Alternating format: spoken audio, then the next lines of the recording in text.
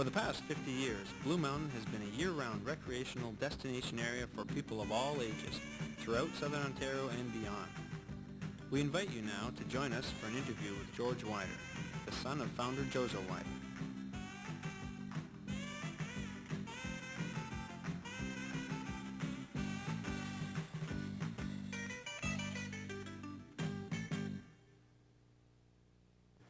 Jozo came to Blue Mountain in 1941. The area was under the control of the Blue Mountain Ski Club and the Toronto Ski Club. He was backed by a Senator Campbell, a financier who had a lot of vision too, and they took over from the clubs and pioneered the ski resort operation. Well, Jozo had a tremendous struggle to keep the resort in shape in the 1940s, the formative pioneering period. The facilities were very limited at that time. There was only the Red Devil sleigh tow. It was a very interesting contraption that had been devised by the Blue Mountain Ski Club and some of the enthusiasts. It only carried 9 skiers up the hill, and one sleigh would be going up and another sleigh coming down.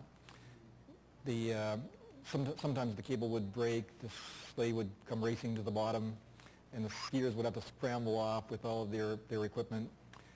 So the facilities in these days were very primitive. There was a rope tow, and more rope tows were built. A lot of the rope tows were built by Jozo out of war surplus equipment. There were World War II Bren gun carriers that would be purchased for about $700 each, and they were tracked armored vehicles that had been used in the war by Canadian forces.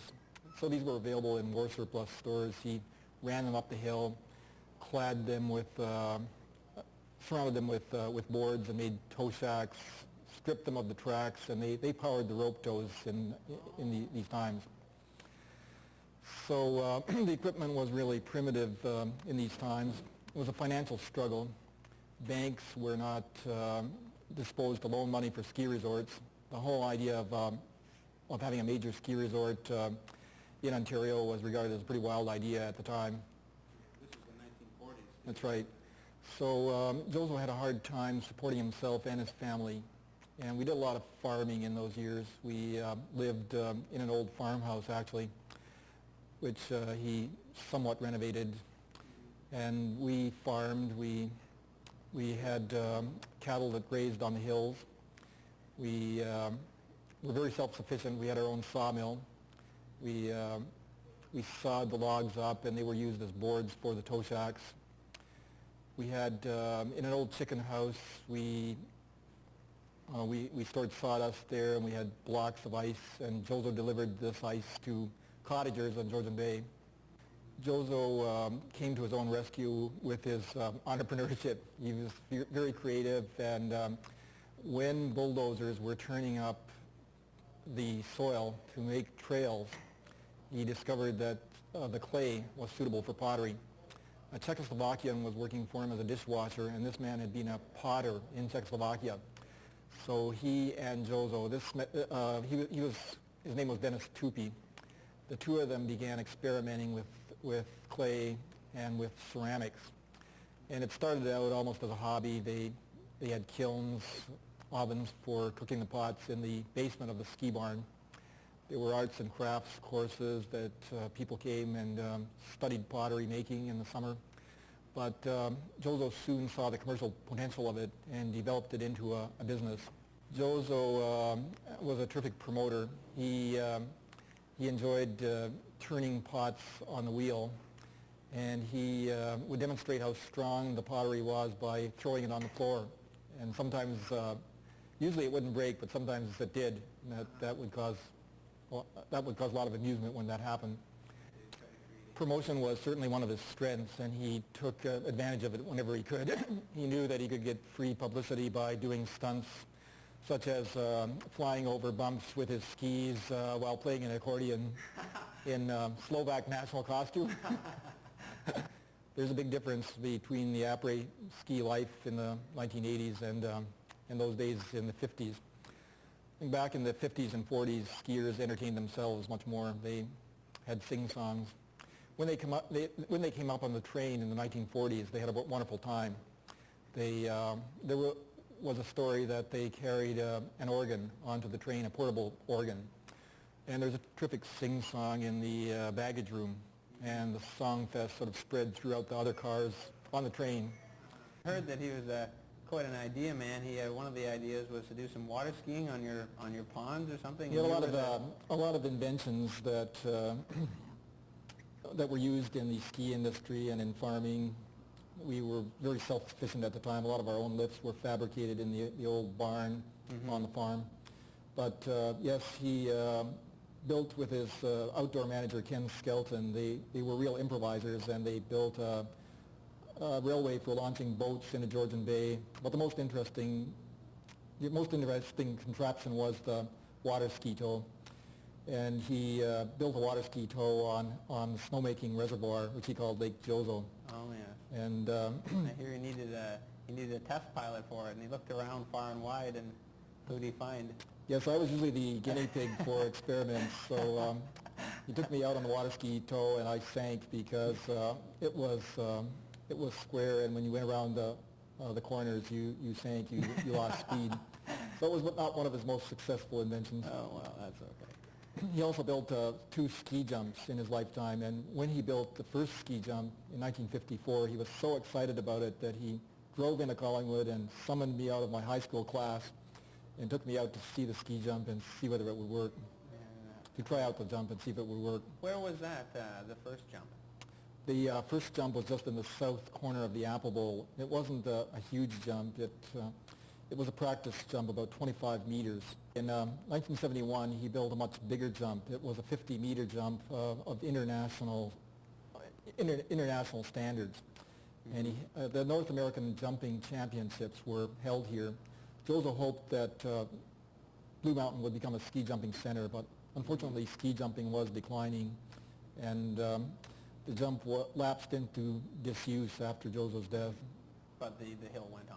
That's right. We really missed ski jumping. It was a tremendous thrill to go off ski jumps or to be on top of a jumping tower and look out over the horizon, and then to take off and fly through the air like a bird. We did a lot of racing in the 1950s. My sisters were very good ski racers especially, and I took up the sport. All 3 sisters, the 2 twin sisters, and their older sister, Helen, were Canadian champions. Is that right? They won the Canadian Junior Championships. They were excellent ski racers. I learned all 4 disciplines in skiing. I raced in downhill and slalom, and also learned cross country and ski jumping. Oh, that's great. This is a thing that we don't do anymore. Most ski racers specialize in one or the other.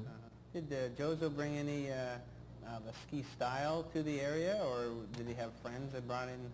Well, Jozo was an instructor back in Quebec, and at that point in the 1940s, the technique was a lot different, the rotation method, rather than our modern technique of today.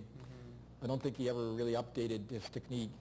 He loved skiing, and he would take off from the top of the mountain yodeling and sometimes jumping out of the air or skiing on one ski.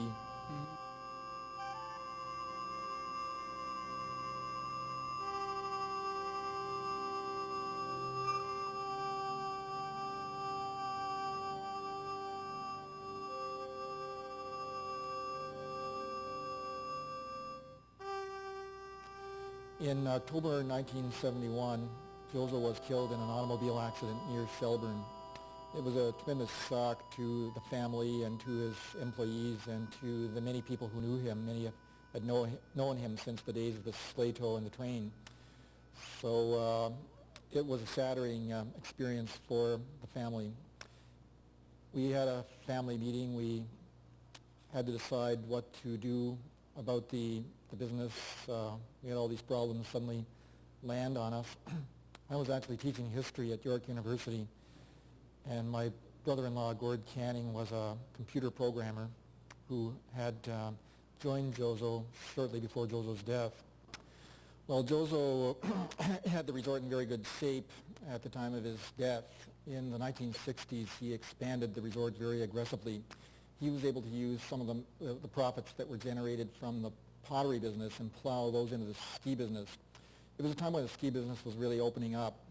Highways were better, it was easier to get to the resort, equipment was better, the head skis were introduced, safety bindings, step-in bindings, stretch pants, bars. We had a liquor, we could serve liquor at the resort at some places. So it was a lot more fun. It was easier and more fun to ski. So a great many people came into the sport.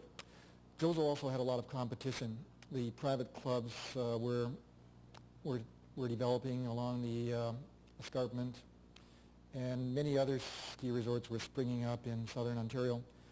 So he had to respond to the competition, and he launched an awful lot of development in the 1960s.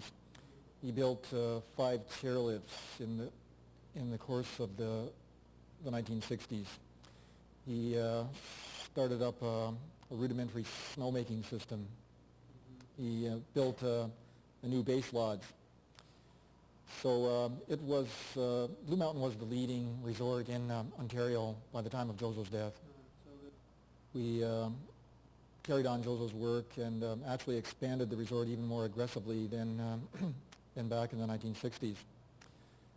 We got advisors, we beefed up our board of directors, we borrowed more money, we spent $500,000 to expand the snowmaking system. We've spent several million in improving the ski operation in terms of snowmaking, base lodges. We've also turned the corner to develop year-round business. This was always a terrific problem for the resort. In the past, we were very heavily dependent on ski operations for revenue. Jozo tried a few things. He had ballet and musical performances on a stage that he built in front of the ski barn, but that was a failure. There were mosquitoes, it seemed to rain all the time. The ballet dancers had a hard time holding their footing on the plywood stage. Now what's the ballet dancers or ballet dancers? The ballet dancers, yeah, this was classical stuff, that's right. So we tried that again. The family tried that again in the 70s. We built a concert cell with the assistance of a grant from the Ontario government, and there was a music school here, and it was hoped that Blue Mountain would develop as a cultural center, but it was financially difficult to make this work out, and ultimately that had to be abandoned. But then the slide ride came along. The summer activities are really important to us. The operation is so big now that we can't expect to rely on winter and the ski operation, although that's still the mainstay of the operation. We depend about 2/3 on ski revenues. However, during the 70s and the 80s, we've really turned the corner with year-round operations. And golf is the centerpiece of the summer operation, just as skiing is the centerpiece of the winter operation. And the Montera course is a big step ahead for the resort. It is really important in beautifying the resort and acting as a focus for summer activities. Nature walks for the people who want to walk around, as well as tennis.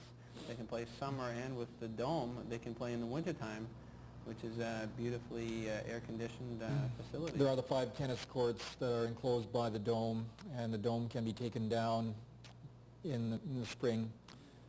The dome can also be used as a conference center as well. It could accommodate a very, very large crowd, several hundred people who are here for conventions.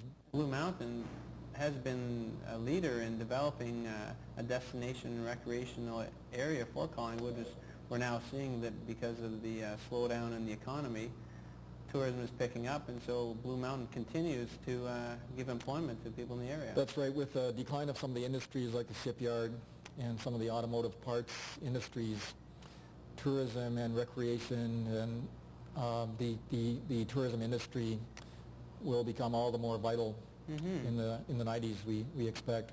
And so just in the same way that back in the 40s when Jozo was having the farmers and their families come out to do the baking or the cooking or working on the hills, now it's the same. It's the cycle